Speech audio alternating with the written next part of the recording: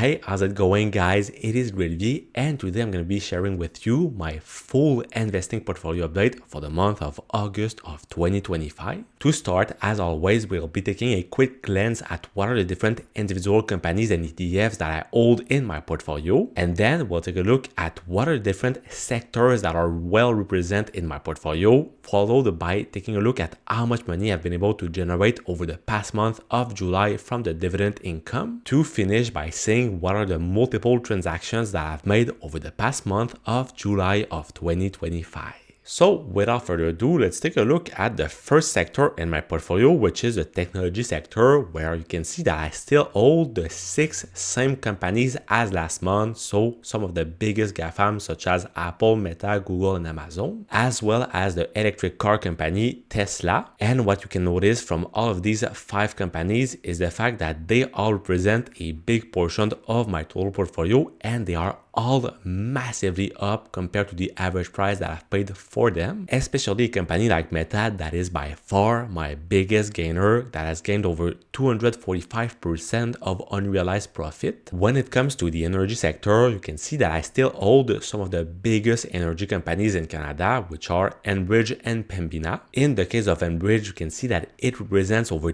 10% of my total assets, because recently I've been buying more shares of this company because I like the business model of it, and I like the fact that they are distributing some insane dividends. And in their case, you can see that I currently have some unrealized gain of close to 40%, while Pembina currently has some unrealized profit of close to 90%. In terms of the financial sector, I first have one of the largest Canadian banks in the form of the TD Bank, as well as one of the largest insurance companies in the entire world, which is Manulife. In both cases, these companies are currently worth about 6% of my total assets, but what is incredible is notably about Manulife, that is currently up more than 100% on the initial price that I've paid for it. And at the same time, what is great about Manulife is the fact that every single quarter, when I receive these dividends, they are instantly reinvested in the company to buy new shares. The same principle applies to the only communication company that I have in my portfolio, which is TELUS. However, in their case, we can see that the valuation is still quite down of over 18% compared to the average price that I've purchased these shares. And so recently, I've been thinking about selling potentially all of my possession, which should be made over the next 2 months if the company hasn't been able to rebound positively. In terms of the only consummation company that I have in my portfolio, which is Couche-Tard, you can see that I'm currently up close to 25% on the average price that I've paid for these shares. For another company that is not necessarily known by many, but that is acting in the material sector, it is the company Savaria, in which I have decided to invest over the past couple of years. And you can see that at the moment, I have some unrealized profit of only about 30%,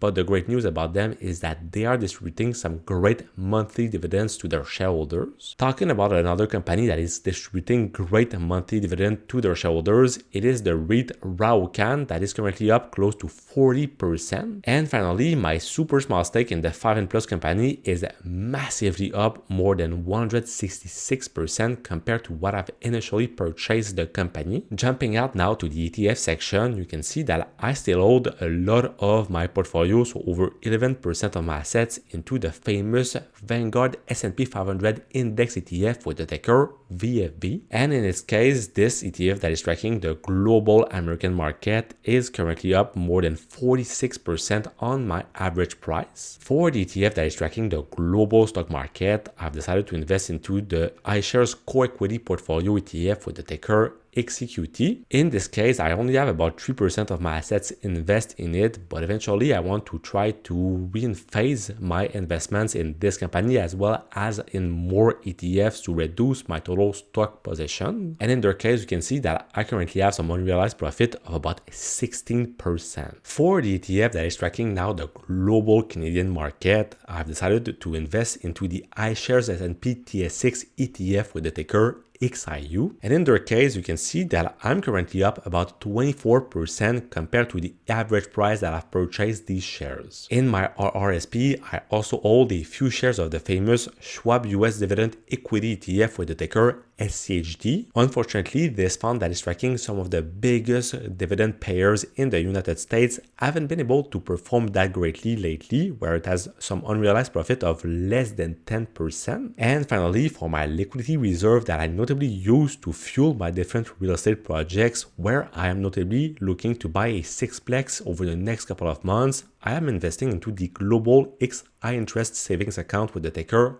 cash. And at the moment, you can see that I currently have about 8% of my assets that are invested into this liquidity reserve. So it makes that my investing portfolio is currently worth about $167,000 or some unrealized gain of about $55,400, which represents some gain of close to 50% on the initial investment that I have made. Here we have a closer look at my ETF portion of my total assets. So you can see that it currently represents about $60,000 of this $167,000 portfolio. In the near future, I want to have over 50% of my total assets invest in ETF, since it is, in my opinion, the safest approach to invest in the stock market. But right now, we can see that I have some unrealized gain of close to 60%. So my goal over the next couple of months and years will be to increase my ponderation in 3 big ETFs. So in the VFV ETF, the XQT ETF, and the XIU ETF. In terms of the sectoral distribution, it makes that with no surprise, the ETF section as well as the technology sector are the 2 largest sectors in my portfolio. Then we can find the energy sector as well as the financial sector that comes as the 3rd and the 4th place. And finally, we find other great sectors such as the real estate sector, the